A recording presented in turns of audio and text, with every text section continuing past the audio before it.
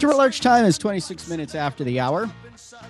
There were a couple of developments at last night's meeting that I want to go over. The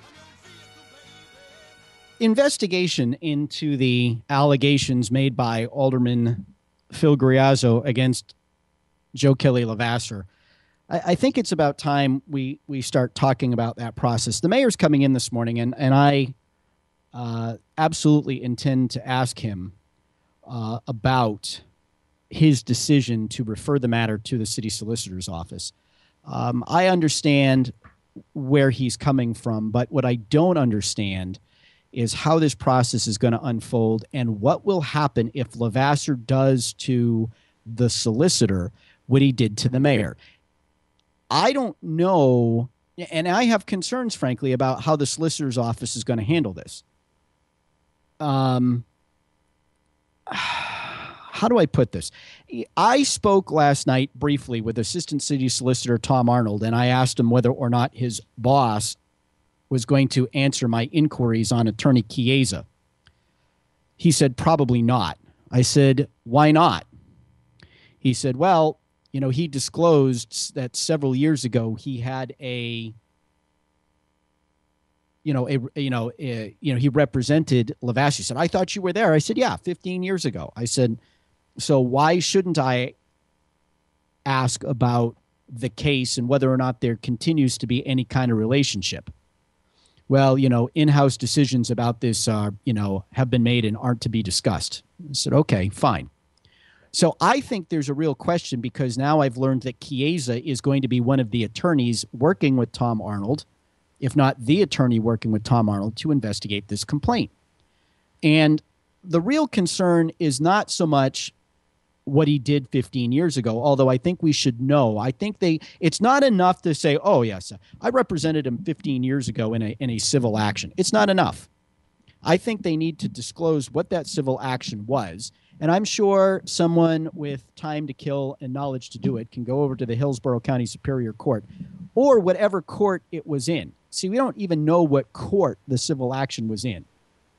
So if we don't know what court the civil action was in, it becomes a very cumbersome process to try to locate it, at least so far as I know. I could be entirely wrong, and maybe there's an attorney out there in the office or out in the audience who could advise us as to how to look up a case that took place, quote, 15 years ago involving Joe Levasseur. Of course, you know, there is a pending civil case against Joe Levasseur. The contractor who did work to restore his restaurant is suing him for failing to pay $25,000 in billed expenses. So Levasseur is being sued for basically being a deadbeat. And of course, Levasseur, being an attorney, has done everything he humanly possibly can to tie this thing up and drag it out. It's kind of an interesting read where, and this happened to me in a lawsuit, right? Oh, gee, the defendant, they missed a deadline. Oh, gee, I didn't know about it. Oh, they failed to appear. Then they file counter motions and everything he can do to drag this thing out against the company that he owes $25,000 to, allegedly. But I think we need to know what that case was 15 years ago. And I think we need to know what, if any, relationship continues to exist between Attorney Chiesa, who was then in private practice, and Joe Levasseur. Now, why the solicitor would not even respond to those inquiries is a mystery to me. And I don't think it helps the case to say that Joe Levasseur is going to be objectively dealt with. But I think the bigger issue is, and when Section 8 was brought to our attention, Section 8 of the Manchester Charter, we took a look at it. And it's absolutely crystal clear that before a conduct committee can be convened, the mayor or the solicitor have to conduct an investigation on the accusations made. And as one alderman put it to me, if one alderman can just refer a matter directly to the conduct committee without an investigation, this place would be a madhouse. So the charter actually says if there is a complaint about a violation against the charter committed by any elected official, that the mayor shall investigate or shall refer it to the solicitor's office to investigate. And then the findings of that investigation, which have to be completed within 90 days, shall be reported to the Board of Mayor and Aldermen with a recommendation as to whether or not a conduct committee hearing should be convened. Well, Levasseur thwarted the mayor. He sent in an email, which I believe I published. I'd have to go back and look, saying, "Oh, I won't be ready until I won't be available until January. Call me then." He said on his television show he would under no circumstances meet with the mayor ever. So he's saying one thing to one person and something else entirely different. That got brought up last night during the discussion on the matter by Greazzo. And Levasseur just looked like he was panicked. But so now the solicitor has it. And we've got this guy, Peter Chiesa, who's going to be part of the investigation. And we have no idea how he's represented Levasseur in the past and what relationship he's continued, if any, to maintain in the future. I think for the purposes of ensuring that this is objective, he's got to come forward with that information. And for the solicitor to ignore inquiries on this, I think does nobody any good. You know, I've known Tom Clark for well over 20 years, and he knows me well enough to know that if he picked up the telephone and said, "Hey, Rich, here's the deal," and at least talked to me, that I am reasonable to deal with. But the idea that I'm not, you know, as a member of the media or anyone else entitled to somehow ask questions or get answers to questions about what appears to be a potential conflict of interest, I think is harmful to the process.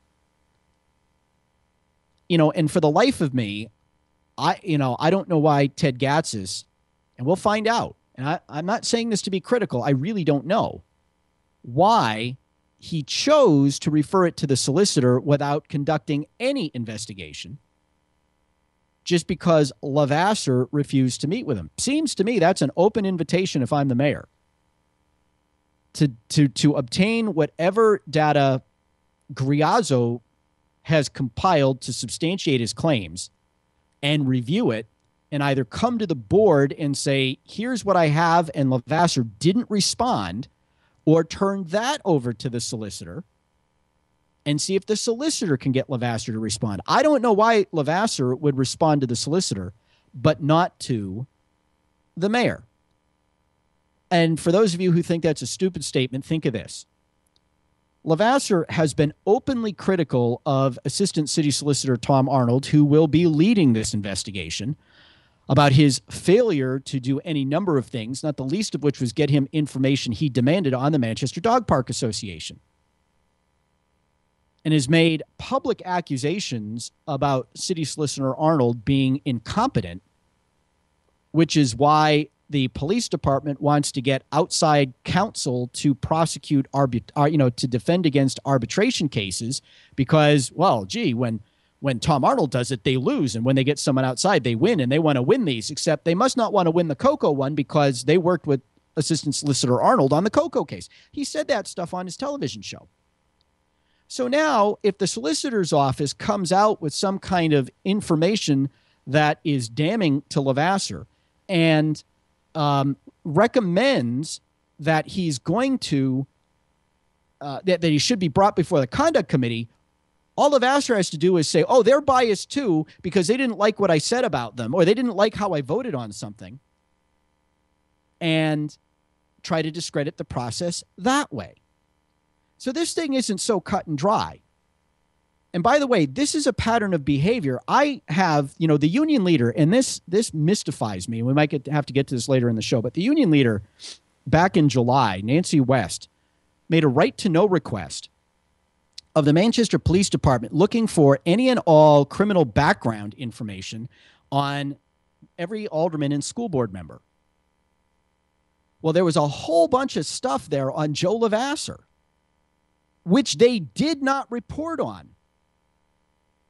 including a 2001 incident shortly after the primary where he got hammered.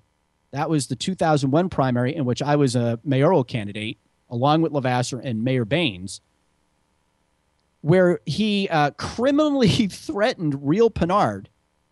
And I just might have to read some of that to you, because if you go back to what he said in that report about mayors violating the charter and the police department coming after him because he didn't vote for their new police station, et cetera, you start to see that Joe Levasseur has got a well-established pattern of behavior that frustrates just about any investigation. So maybe we'll get to that in the show this morning, but I have my concerns about this process, and I have to wonder. The mayor says it should be done in a week. It's straightforward. Well, that presumes Levasseur's cooperation. I have my doubts. This is Girard at Large. I'm sorry, who'd you say you were? I am your host, Rich Girard. Thanks for tuning in. Alleged violations of the city charter and state law to the Conduct Board for the review by the Attorney General's office. Ladies and gentlemen, what is your pleasure? Alderman Arnold. For discussion. For discussion. Second by Alderman Craig. Thank you very much. I appreciate several of the statements that were raised in the documentation that came to this board from Alderman Penn. I do, however, for me personally, want to say that I think a lot of these things have played out in a public forum. These issues and these discussions have been part of public debate. They've been part of discussions at this board. They have been part of public discourse through political campaigns culminating in the election earlier this month. At the heart of what I believe to be a complaint is one alderman requested information. And I am nothing if not consistent on my view that aldermen should be able to request information. So for that reason, I don't believe that referring this to the Conduct Board is appropriate. I'll be voting against it. And I will be requesting a roll call after my colleagues have had an opportunity to speak on it. Thank you very much. Anybody else? Alderman Greazzo. Thank you, Your Honor. I raise the issue not for election purposes. I raise it for legal purposes. If there's anything that I pay attention to, that's definitely the way people go about doing things. And for somebody to make accusations that are basically unfounded, unproved, and benefit others who are trying to undo the work of the Manchester Dog Park Association, that's a violation of state law. I think that this board had no problem looking at what was a non-issue as far as liabilities for the city for a dog park. Since that law was eliminated, the dog park kept the insurance just out of good faith in the agreement. However, disclosing information that is private and privileged and not allowed for an alderman to request without acting as a body, which says in the city charter, the city acts as a body, not independently. Asking for the audit after requesting private and privileged information, I think, is a problem. He already had information that he believed was accurate, and then asked for an audit. So that's what the purpose of the audit would have been for, was for the city to determine and ascertain any information that it had. So if you look in your packet on page 31.3, and it was actually cut off, I had the clerk recopy, and I'll have him distribute that to the rest of the members of the board. The top part that you cannot see is from one of the members of the public that came forward that requested this witch hunt, basically. States that myself and another member want to incorporate the Manchester Dog Park, and if you're interested in being on the board of association, please drop me a message. One of their other individuals commented that, I'm sorry, such a small membership fee of $10 does not turn the dog park into the Taj Mahal, which prompted a comment. You have to understand there are people on this board who have extensive experience managing nonprofits and are experts at fundraising. Then if you go to the committee on accounts that was held earlier today, there was a letter by the other member of the public that came forward that said, I am requesting the Committee on Accounts to take action and recommend that the agreement with the NDPA be terminated, and also that the Committee on Accounts allow a new group of individuals to come forward. So what the alderman has done is taken private and privileged information to benefit another, and that's a violation of state law. And I think that's a little bit more serious than an independent organization continuing to carry insurance that's not necessarily required anymore other than by agreement.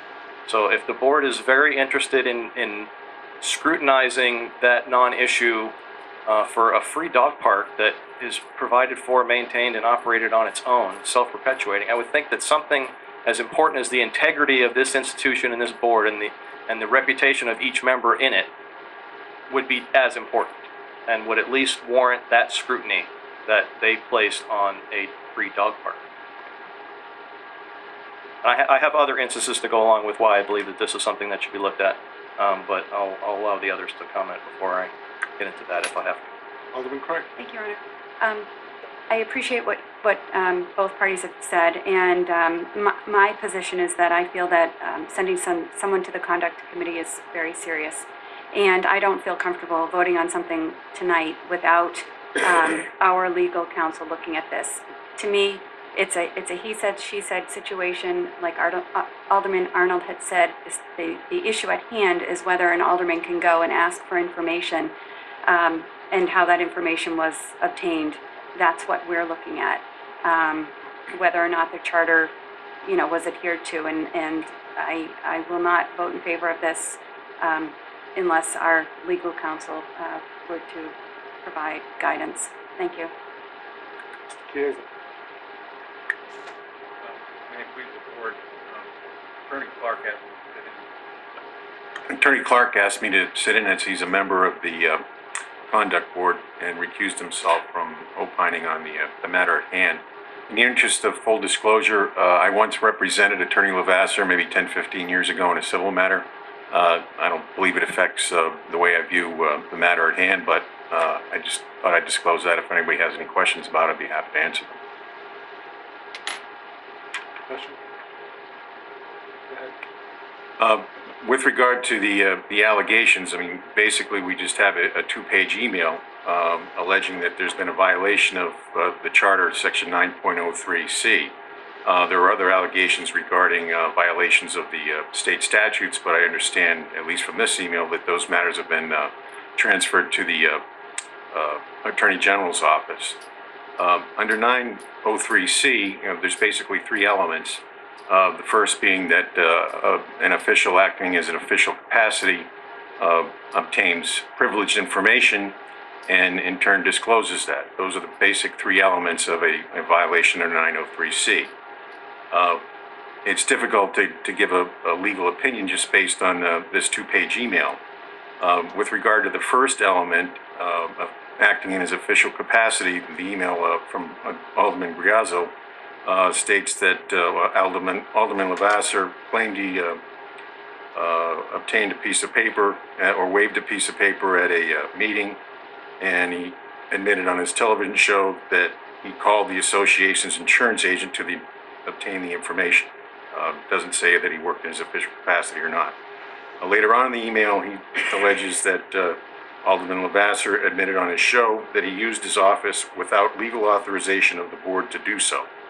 I'd like to see that show, but the question is basically, did Alderman Levasseur just call the insurance agent and say, hello, this is Joe Levasseur, I was wondering if I can get a copy of the insurance information, or did he call and say, this is Alderman Levasseur calling on behalf of the board and mayor and alderman, and we're officially requesting a copy of the insurance information? You just can't tell from this email as to what happened and what was actually said.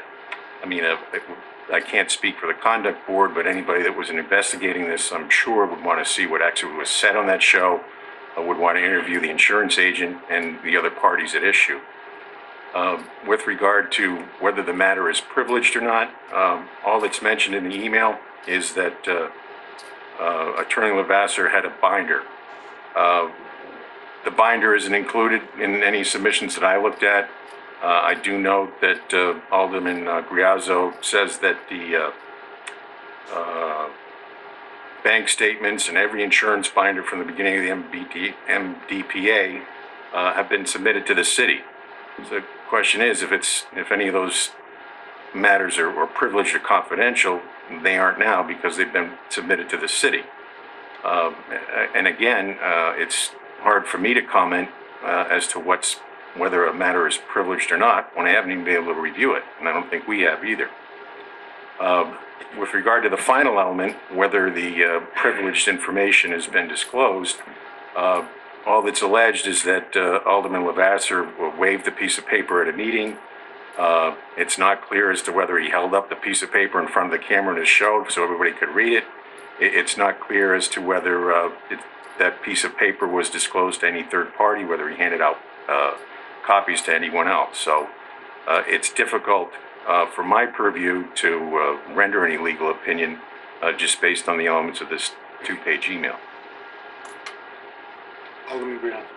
Your Honor, that statement regarding Alderman Levasseur's admission on his TV show was something that I didn't pick up in our last Board of Mayor and Alderman meeting, and I had the clerk pull me the minutes from our last meeting, and I wasn't really comprehending what he was saying because I couldn't believe it was actually coming out of his mouth. But it says, these are the draft minutes that I got from the clerk's office. Alderman Levasseur says, I guess part of the lease agreement that whoever, and that kind of triggered something for me when I went back and watched the meeting, whoever. So we have these other two whoever's who are coming forward and trying to supplant the Manchester Dog Park Association. However, whoever is running this association is supposed to have insurance on the property, and I got a copy of the certificate of liability insurance and spoke with the woman, and she said there was a lapse of almost 6 to 7 weeks. If that is the case, he just disclosed private privileged information that maybe the city didn't want to have disclosed. And it benefits these other two individuals that are trying to form another organization to supplant the Manchester Dog Association. So that's why I made my complaint. If the board does not wish to maintain its integrity, that's its choice. There are many other actions to support Alderman Levasseur's behavior that call into question his qualifications to be on the board, and that's something the board can also consider because that's in the charter that they have the right to determine the qualification of determine the elections and the qualifications of its members. So regardless of the board's action, whether they decide to perform the same scrutiny of Alderman Levasseur's actions as they have a dog park, I would make my own right to know request, because I've seen one that came by today, but I do not believe that it goes far enough to protect the public interest. Therefore, I request every email sent, received, and deleted from the private email account of the alderman that he has used for previous 2 years to conduct city business, as well as any and all available Manchester Public Television shows which include commentary of city business. In order to guarantee all the requested information is provided, an officer of the city clerk or IT department would need access to a server to ensure all relevant data is collected and preserved for the public record. That's my right to know request. So speaking to this matter, I think Alderman Levasseur has gone above and beyond his office. He has violated state law, in my opinion. That will be determined by the Attorney General's office. And if you'd like to get into the other matters that Alderman Levasseur has with regard to our police department, with regard to the emails that he sends to every department in this room, every department head in this room can attest to the fact that the emails they got from Alderman Levasseur are not as friendly as they should or could be. That aside, I think that this is something that has to do with the integrity of the board, and if it's not important to the board, if it's not as important to the board as a free dog park is, then I think there's serious issues with that perception. So I'll be voting in favor of it. That's why I brought it forward. If the board doesn't seem to think that there's a problem, and I'd have to point out also in the minutes that Alderman Craig seconding Alderman Levasseur's motion think that there's no harm in performing an audit. If there's no harm in performing an audit, I would think that there'd be no harm in protecting the integrity of the board. Alderman Corvo mentioned to Alderman O'Neill that the provision for the ambulance contract allows for an audit, but it doesn't allow it for the dog park. So to compare those two, the dog park's not life or death. The ambulance contract is life or death. The integrity of the board is more important than a dog park. So I would request that the board vote in favor of it. Alderman Osborne. And just the city solicitor's office, you know, just to make things short here, basically, not knowing a lot about these situations, the dog park, and all the accusations, supposedly, in the past here. I don't know that much about it, but I would think myself, being in that situation where this board really doesn't have complete knowledge of the whole situation, shouldn't this be more of a civil matter type of situation rather than bringing the board into this particular situation, city solicitor? That's not the matter that's been brought forward. As I read Alderman Greazzo's email, he's quite clear in that he's making a claim or asking this board to forward the matter to the conduct board under section of the Charter 9.04. It's up to this board to either decide to do that or not do that. Thank you. Alderman Wong. Thank you, Your Honor. I certainly understand Alderman Greazzo's statement that he feels that the integrity of the board has been circumvented. I'm not convinced that it has.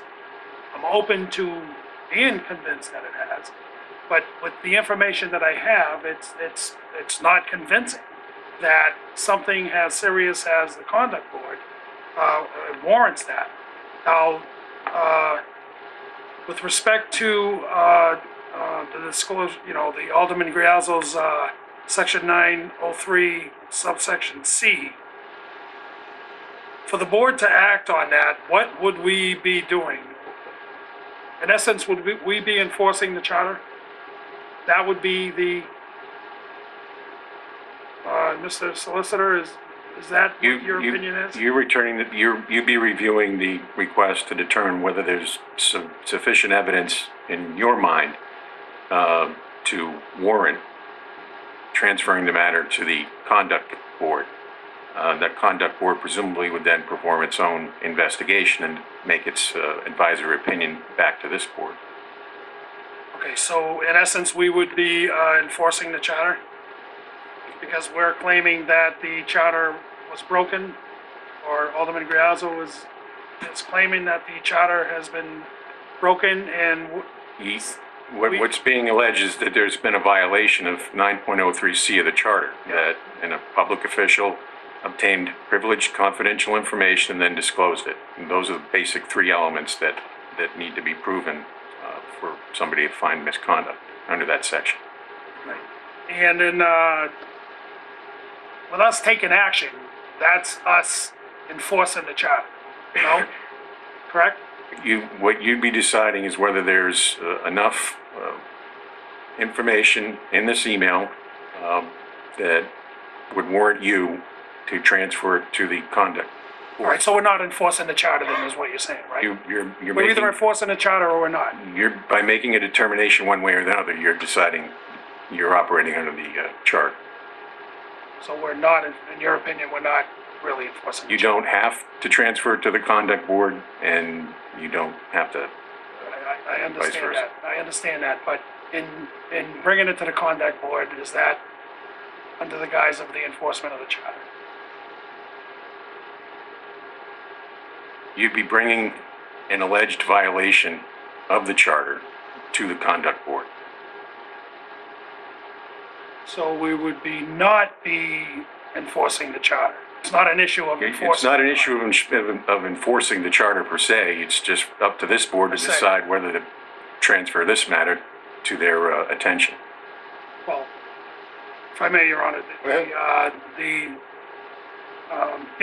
in my opinion, I'm not an attorney per se. I copy those words from attorneys. But with respect to this, under Section 815 Charter Enforcement Provision, I know Alderman Greazzo brought up Section 9.03, but personally, I think that was the wrong section to quote.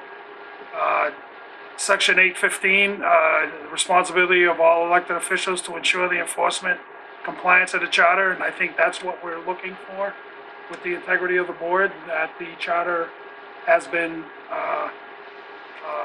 not been in compliance with, and in that event, that the allegation should be referred to the mayor, who shall review the allegation with the official, and then submit it to the chief legal officer for their report and findings to come to this board. So I think we're circumventing an important factor with respect to this procedure. I mean, that's my opinion. That's why I think if we're gonna follow through with this, it should begin in section 815 and not with section 903. I mean, there's more to it than just that. I concur with that, Your Honor. I'd concur with that, Your Honor. I think that's a good catch by Alderman Long. It's not where I was looking. I was looking at the actual violation itself, so if the board chooses to vote down my motion, I would support Alderman Long in his assertion that Charter Enforcement Section 815 is the way to go. So this board wants me to sit down with both Alderman Greazzo and Alderman Levasseur to see if there's that's what it says. Well, let's see if they actually decide to uphold the integrity of the board and send it to the committee.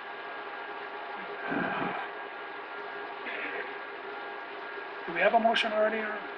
I guess this is a motion, this item 31. I don't think I think Alderman Greazzo made a motion, but I don't think there was a second. I think there was only Alderman Arnold that seconded for discussion purposes. I'm getting a nod from the clerk.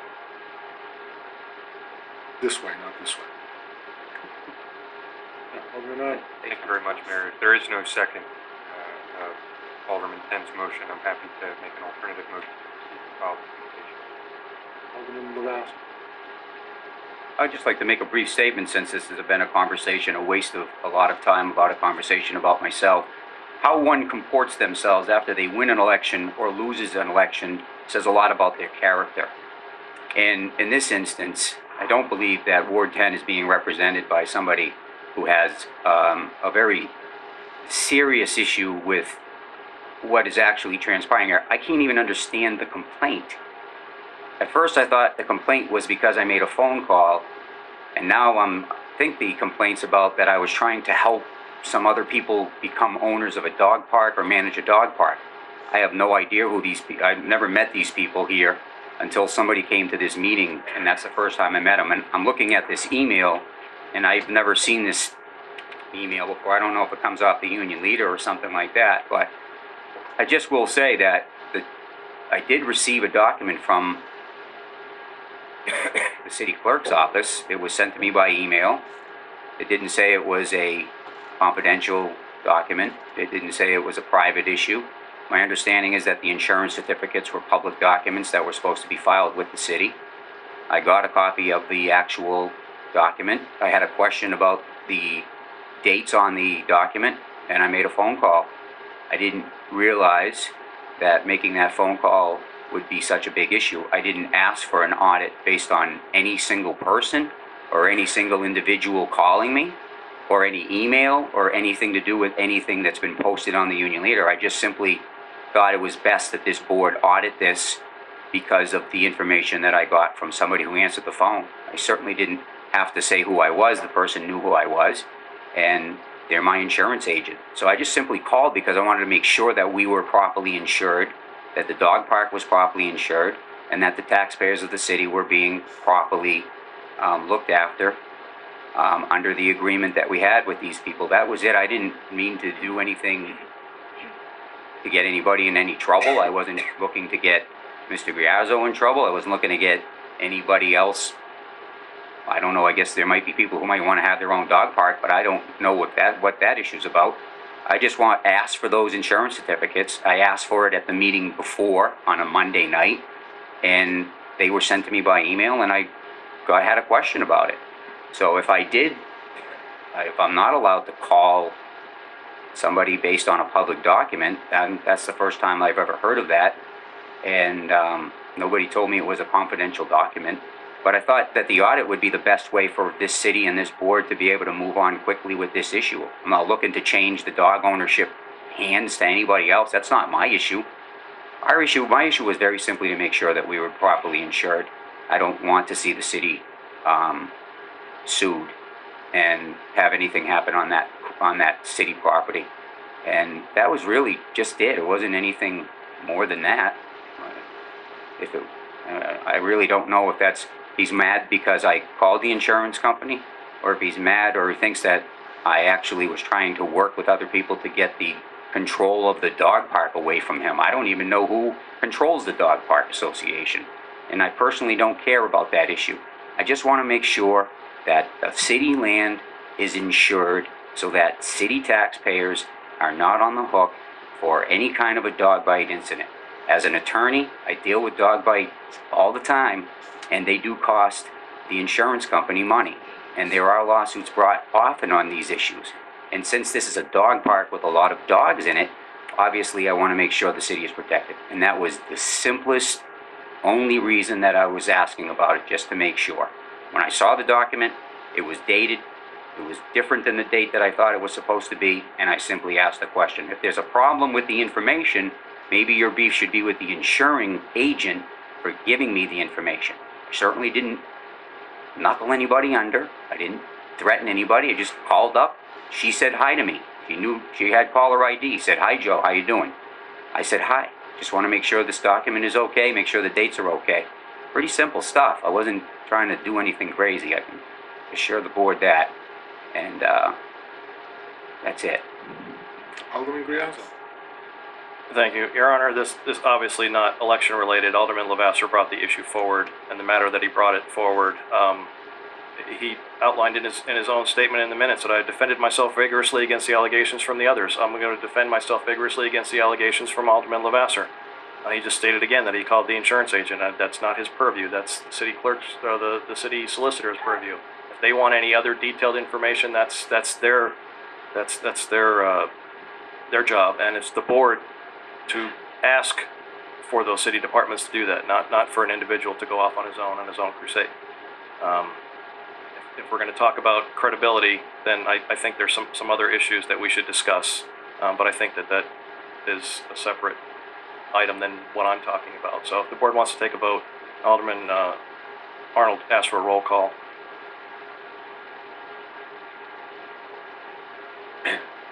If I may. Motion?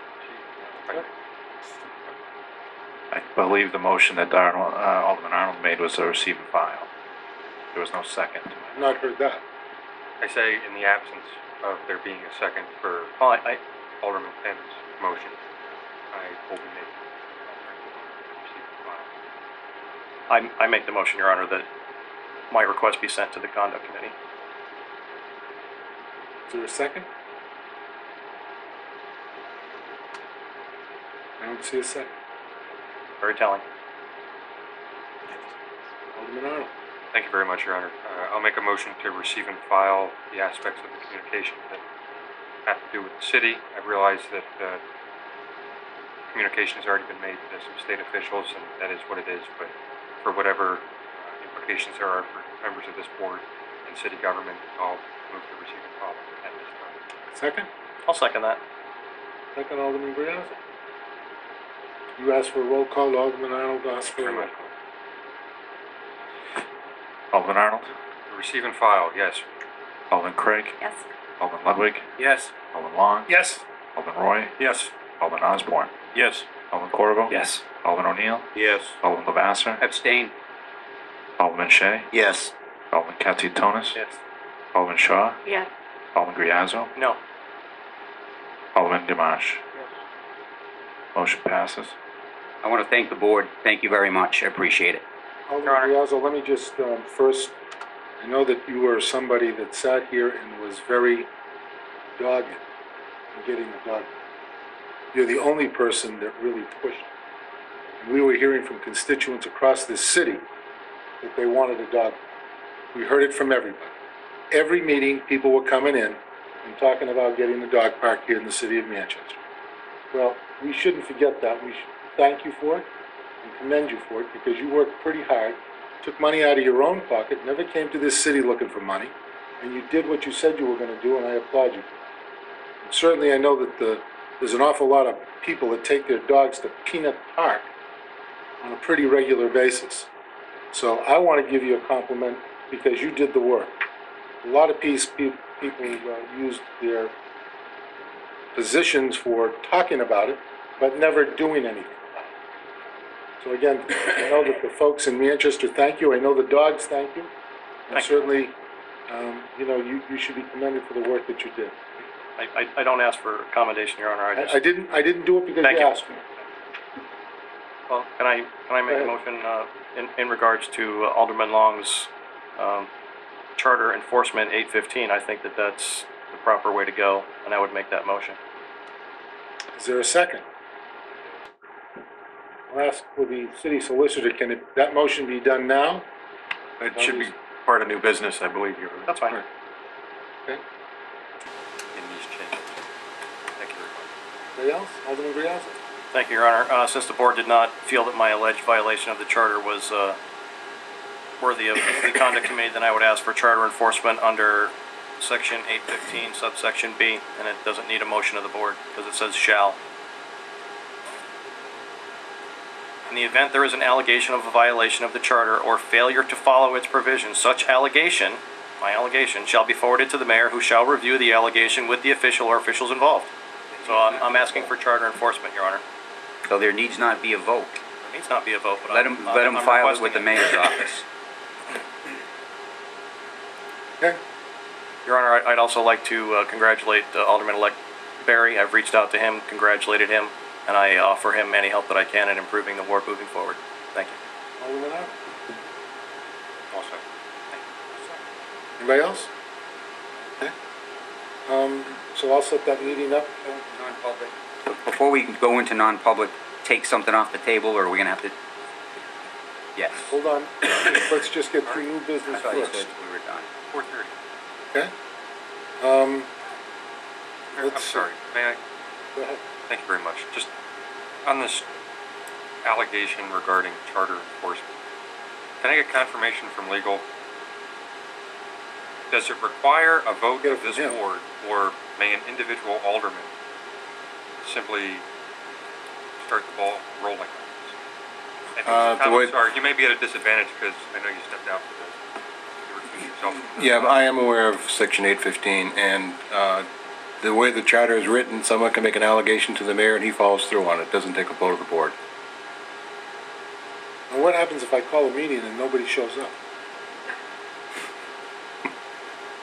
I'll come over and talk to you. Let's say, what happens if one individual shows up? Doesn't say you have to meet with them both at the same time, Your Honor. No, I know, but all I'm saying is if I set up a meeting and I'll you be don't there. show up and Alderman Levasseur shows up, what do I do? Oh, I'll be there. Well, if you show up and he doesn't show up, then what do I do? Will you give me a tip, Mr. Solicitor? We'll discuss procedures. Okay. Send me a memo. Yeah, I'm kind of interested myself. Has it ever happened? You know, Under 815? if that's the provision that this is being pursued under. If you're talking about Charter Section 815, there has been an allegation in the past to the mayor, and the mayor has followed through on the process. Not this mayor, with the previous mayor. Thanks very much. Okay. This is Girard at Large.